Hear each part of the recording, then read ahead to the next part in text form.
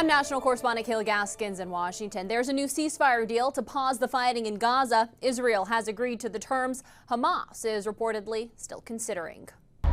Israel under heavy pressure from President Trump to take steps to secure peace in Gaza as Netanyahu prepares to visit Washington this coming Monday. Accepted many compromises.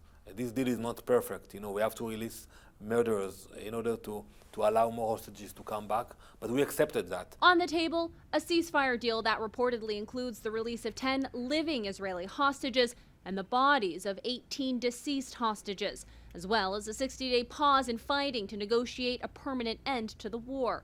We discussed the deal with Danny Danon, Israel's ambassador to the UN. So something we've heard from you and we've heard repeatedly from Prime Minister Netanyahu is that Hamas cannot exist in Gaza. Do you think it's possible for Hamas to rid Gaza of Hamas diplomatically without military action?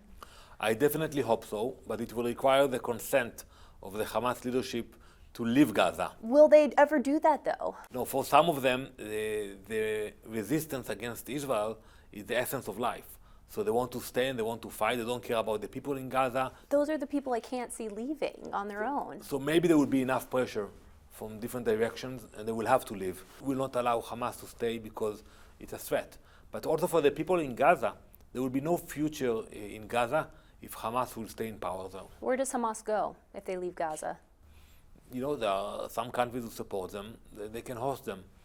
We care less about that. And as for the future of Gaza, Ambassador Danon tells me there are Middle East countries willing to step in and help rebuild, but not if Hamas remains a presence in the Strip.